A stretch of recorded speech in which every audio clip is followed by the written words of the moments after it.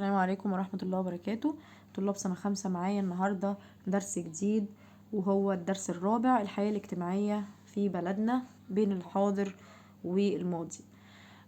أولا هنتكلم عن طبقات المجتمع المصري. في الإنسان المصري القديم كان المجتمع عنده بيتكون من 4 طبقات. أول طبقة كانت الملك وأسرته، ودي كانت أعلى طبقة. الطبقة التانية كانت بيبقى فيها الوزير وكبار الكهنة، حكام الأقاليم، قادة الجيش والكتبة. كل دول كانوا من الطبقة التانية اللي طبعا بتلي طبقة الملك.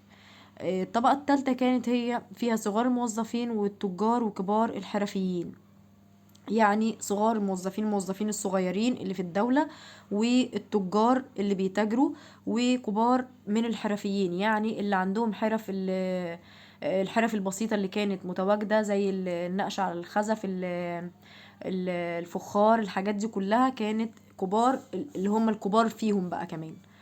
الطبقة الرابعة كانت اللي هم بيشتغلوا في مجال الزراعة والرعي والصيد، وصغار الحرفيين أي حاجة أعمال كانت بسيطة، كانت بالتالي الطبقة الرابعة خالص.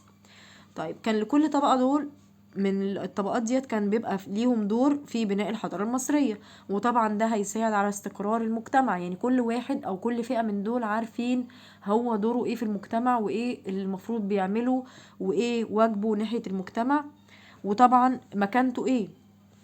لما نيجي نقول الأسرة المصرية كانت بتتكون من ايه، الأسرة المصرية طبعا ليها دور في المجتمع المصري قديما. طبعا قامت الأسرة على المشاركة والتعاون بين أفراد أسرتهم، يعني كانت كل أسرة ليها تعاون ومشاركة فيما بينهم. كان الأب بيشارك في تربية الأبناء وتعليمهم القيم والسلوكيات الحميدة مع الأم، زي الحب والتعاون والصدق، وطبعا واحترام الآخر وإتقان العمل. كل دول كان بيشترك فيهم الأب والأم مع بعض في تعليم أبنائهم القيم الجميلة دي. وكان لكل فرد من أفراد الأسرة دور، يعني كل فرد ليه دور، وبرضو بيتشاركوا كلهم عشان تبقى الأسرة فيها مشاركة وفيها تعاون مع بعض. طب تعالوا نشوف دور ايه الأب ودور الأم ودور الأبناء، وكل دور فيهم بيعمل ايه. عندي دور الأب كان بيعمل ايه. طبعا دور الأب كان بيرعى أفراد الأسرة، هو اللي بياخد باله من الأسرة، من الأم والأطفال، وبياخد باله منهم. كمان بيعمل على توفير احتياجات الأسرة، يعني كان بيرعاهم وبياخد باله من شؤونهم، وكمان بيعمل على ان هو يوفر لهم احتياجاتهم اليومية من مأكل وملبس ومشرب، ويعني احتياجات الأسرة كاملة. طيب لما نيجي نشوف دور الأبناء، هل الأبناء بيبقى ليهم دور؟ طبعا الأبناء ليهم دور في الأسرة، ودور كمان مهم. كانوا بيعملوا ان هم بيساعدوا والديهم في أعمال مختلفة. وكمان كان بيذهب الأبناء إلى بيت الحياة، اللي هو المدرسة بتاعتهم كان اسمها بيت الحياة، علشان يتعلموا القراءة والكتابة ويدرسوا العلوم المختلفة. يعني كانوا بيتعلموا القراءة والكتابة ودراسة العلوم، وكانوا بيساعدوا الآباء والأمهات في العديد من الأعمال. طيب الأم بقى كان ليها دور، وطبعا دور الأم كبير كلنا عارفين، هي رعاية الأبناء، بترعى الأبناء وبتشرف على أعمال المنزل، طبعا بتشوف احتياجات المنزل ايه وبتهتم بيها، وكمان بتعمل في مجالات متعددة زي الزراعة والطب والتجارة. يعني كانت بتشتغل في حاجات كتيرة جدا.